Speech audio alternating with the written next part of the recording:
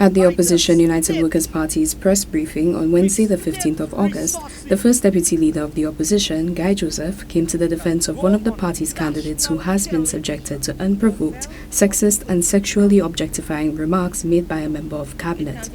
That is the situation of Marcella Johnson, the endorsed UWP candidate for Grizzly, in relation to Richard Frederick, the Member of Parliament for Castries Central. You see, this attack on Ms. Johnson and her marital relationship by a minister in government, a minister in the Prime Minister's office, that is one of the most despicable things that have happened in this country.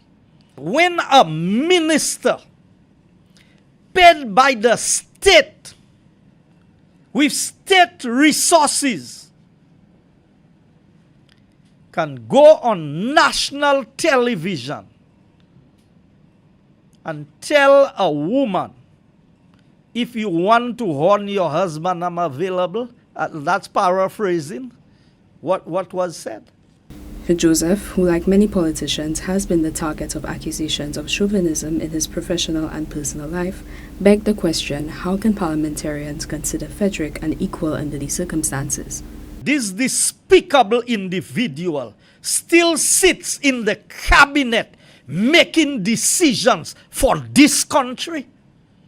And his colleagues who sits around him, the women who sit in the cabinet of St. Lucia and in the parliament of St. Lucia, you are comfortable to sit with an individual like this?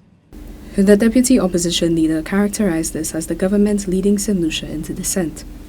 How low do we have to go in this country to realize that something is not right with the thinking of this present government that we have there? This, Joseph acknowledged, is not new. And I want to speak to every young woman in St. Lucia, every single mother, every married woman. I want to speak to the church and its leaders. I want to speak to the Christian Council. I want to say to us, wickedness does not take over somewhere in one shot, overnight. Wickedness happens gradually.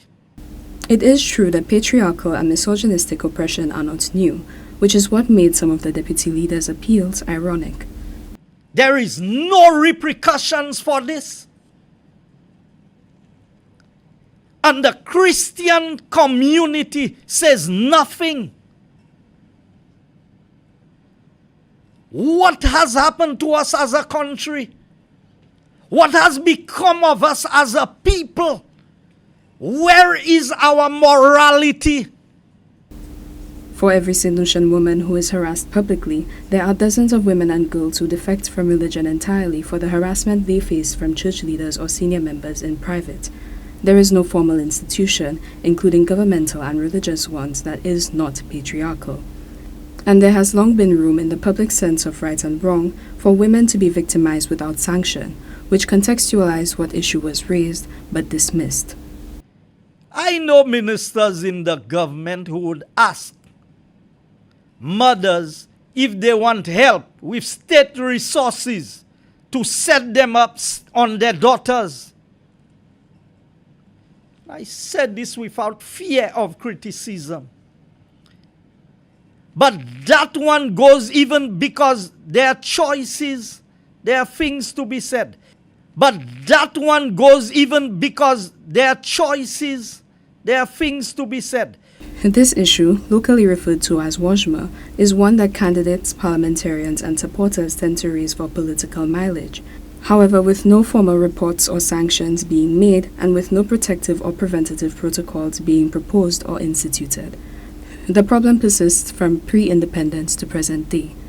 Meanwhile, women and girls reject feminism and reject their belonging to one species and class, exploited and oppressed. The oppression of women, not only in politics but through many institutions, will persist indefinitely until it is met with real consequences, for example, electoral ones. For Choice News Now, I am Sienna Dalso.